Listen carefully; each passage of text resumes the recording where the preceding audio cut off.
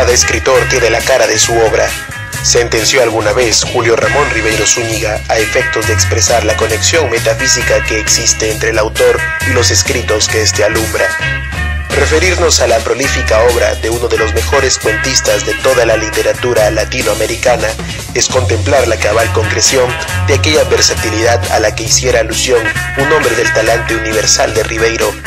Ello, a pesar de que persistan quienes, ya sea por error o por costumbre, encasillan a la totalidad de su producción prosística dentro de la literatura del realismo urbano, marginal y social.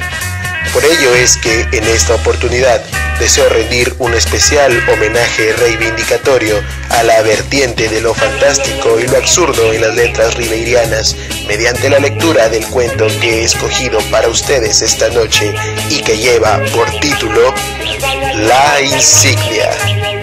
Disfrútenlo.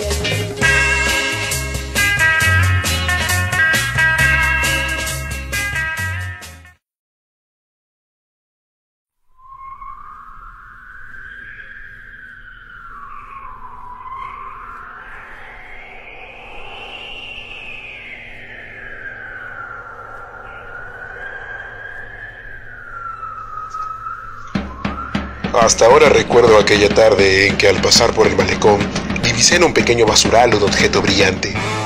Con una curiosidad muy explicable en mi temperamento de coleccionista, me agaché y después de recogerlo lo froté contra la manga de mi saco.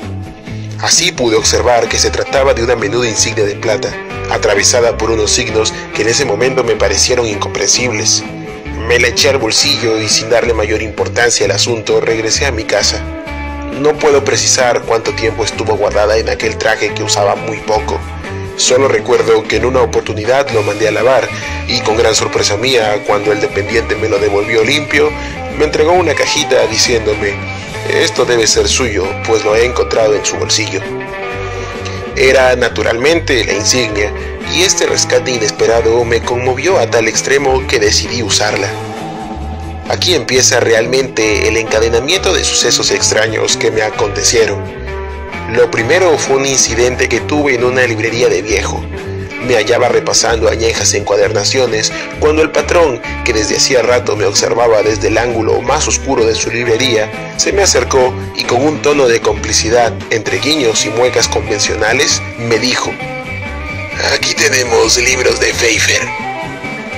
Yo lo quedé mirando intrigado porque no había preguntado por dicho autor, el cual, por lo demás, aunque mis conocimientos de literatura no son muy amplios, me era enteramente desconocido. Y acto seguido añadió: Pfeiffer estuvo en Pilsen. Como yo no saliera de mi estupor, el librero terminó con un tono de revelación, de confidencia definitiva. Debe usted saber que lo mataron. Sí, lo mataron de un bastonazo en la estación de Praga. Y dicho esto, se retiró hacia el ángulo de donde había surgido y permaneció en el más profundo silencio. Yo seguí revisando algunos volúmenes maquinalmente, pero mi pensamiento se hallaba preocupado en las palabras enigmáticas del librero. Después de comprar un libro de mecánica, salí, desconcertado, del negocio. Durante algún tiempo estuve razonando sobre el significado de dicho incidente, pero como no pude solucionarlo, acabé por olvidarme de él. Mas pronto, un nuevo acontecimiento me alarmó sobremanera. Caminaba por una plaza de los suburbios cuando un hombre menudo, de faz hepática y angulosa, me abordó intempestivamente y antes de que yo pudiera reaccionar, me dejó una tarjeta entre las manos, desapareciendo sin pronunciar palabra. La tarjeta era en cartulina blanca, solo tenía una dirección y una cita que rezaba: segunda sesión, martes 4. Como es de suponer, el martes 4 me dirigí a la numeración indicada. Ya por los alrededores me encontré con varios sujetos extraños que me rodeaban y que, por coincidencia que me sorprendió, tenían una insignia igual a la mía. Me introduje en el círculo y noté que todos me estrechaban la mano con una gran familiaridad. Enseguida ingresamos a la casa señalada y en una habitación grande tomamos asiento. Un señor de aspecto grave emergió tras un cortinaje y desde un estrado, después de saludarnos, empezó a hablar interminablemente. No sé precisamente sobre qué versó la conferencia, ni si aquello era efectivamente una conferencia. Los recuerdos de niñez anduvieron hilvanados con las más agudas especulaciones filosóficas, y a unas digresiones sobre el cultivo de la remolacha fue aplicado el mismo método expositivo que a la organización del Estado. Recuerdo que finalizó pintando unas rayas rojas en una pizarra con una tiza que extrajo de su bolsillo. Cuando hubo terminado, todos se levantaron y comenzaron a retirarse, comentando entusiasmados el buen éxito de la charla. Yo, por condescendencia, sumé mis elogios a los suyos, mas en el momento en que me disponía a cruzar el umbral, el disertante me pasó la voz con una interjección y al volverme me hizo una seña para que me acercara. «Es usted nuevo, ¿verdad?», me interrogó un poco desconfiado. «Sí», respondí después de vacilar un rato, pues me sorprendió que hubiera podido identificarme entre tanta concurrencia. «Tengo poco tiempo». «¿Y quién lo introdujo?».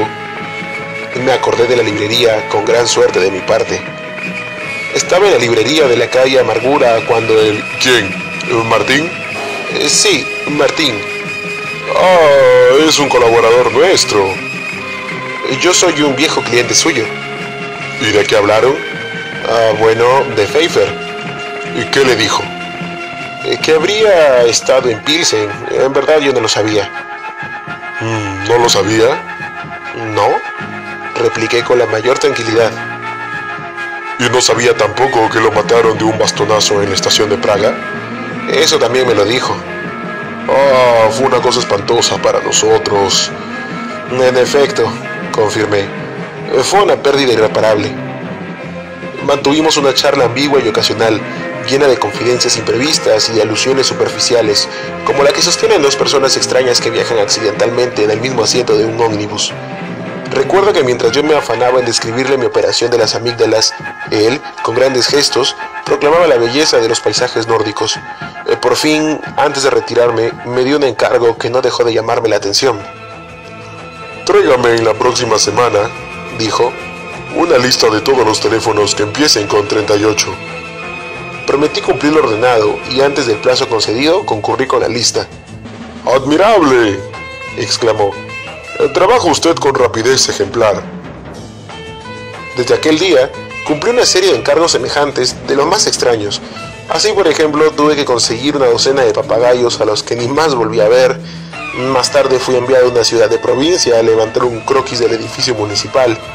Recuerdo que también me ocupé de arrojar cáscara de plátano en las puertas de algunas residencias escrupulosamente señaladas, de escribir un artículo sobre los cuerpos celestes que nunca vi publicado, de adiestrar a un menor en gestos parlamentarios y aún de cumplir ciertas misiones confidenciales, como llevar cartas que jamás leí o espiar a mujeres exóticas que generalmente desaparecían sin dejar rastros. De este modo, poco a poco fui ganando cierta consideración. Al cabo de un año, en una ceremonia emocionante, fui elevado de rango. «Ha ascendido usted un grado», me dijo el superior de nuestro círculo, abrazándome efusivamente. Tuve entonces que pronunciar una breve alocución en la que me referí en términos vagos a nuestra tarea común, no obstante lo cual fui aclamado con estrépito.